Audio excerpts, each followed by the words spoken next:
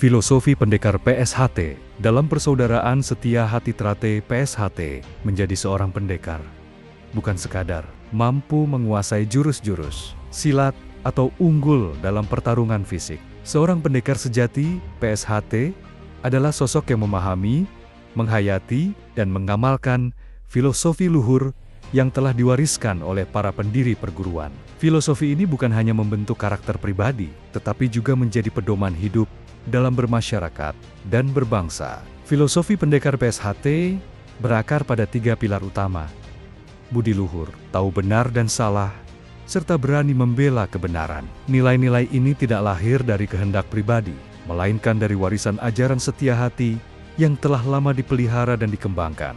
Menjadi pendekar berarti mampu mengendalikan diri, bersikap adil, dan menempatkan kepentingan orang banyak di atas kepentingan pribadi. Budi luhur adalah inti dari pembentukan jiwa seorang pendekar. Ia harus mampu menjaga tutur kata, perbuatan, dan pikirannya agar selalu mencerminkan kebaikan. Seorang pendekar PSHT tidak mencari pujian, tidak membanggakan kekuatan, tetapi bersikap rendah hati dan menjunjung tinggi nilai-nilai kemanusiaan. Ia sadar bahwa kekuatan sejati bukan berasal dari otot, tetapi dari hati yang bersih dan pikiran yang jernih.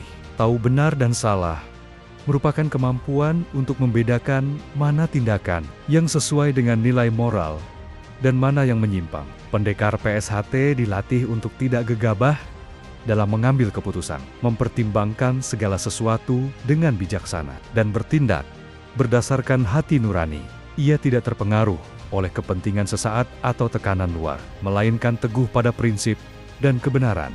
Namun, mengetahui kebenaran saja tidak cukup. Seorang pendekar juga harus berani membela kebenaran dalam kehidupan. Tidak jarang, kebenaran harus ditegakkan di tengah tantangan dan risiko. Pendekar PSHT tidak mundur saat melihat ketidakadilan, penindasan, atau kebohongan. Ia berdiri di barisan depan untuk membela yang lemah, menegakkan keadilan, dan menjaga perdamaian, meskipun itu berarti harus berkorban. Filosofi pendekar PSHT juga mengajarkan tentang pengendalian diri. Dalam menghadapi konflik, pendekar sejati tidak mudah terpancing emosi. Ia lebih memilih jalan damai, menyelesaikan masalah dengan kepala dingin, dan hanya menggunakan kekuatan fisik sebagai jalan terakhir. Hal ini sejalan dengan semboyan PSHT.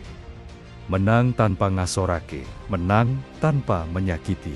Kemenangan sejati adalah ketika seseorang mampu mengalahkan ego dan amarah dalam dirinya sendiri. Dalam konteks yang lebih luas, filosofi pendekar PSHT mencerminkan upaya untuk menjadi manusia paripurna yang tidak hanya kuat fisik, tetapi juga kuat mental, spiritual, dan moral. Ia menjadi cahaya di tengah kegelapan, pelindung di tengah kekacauan, dan panutan dalam kehidupan bermasyarakat. Maka dari itu, menjadi pendekar PSHT bukanlah sebuah status, tetapi sebuah proses panjang untuk mengasah diri, memperbaiki batin, dan memberi manfaat bagi sesama.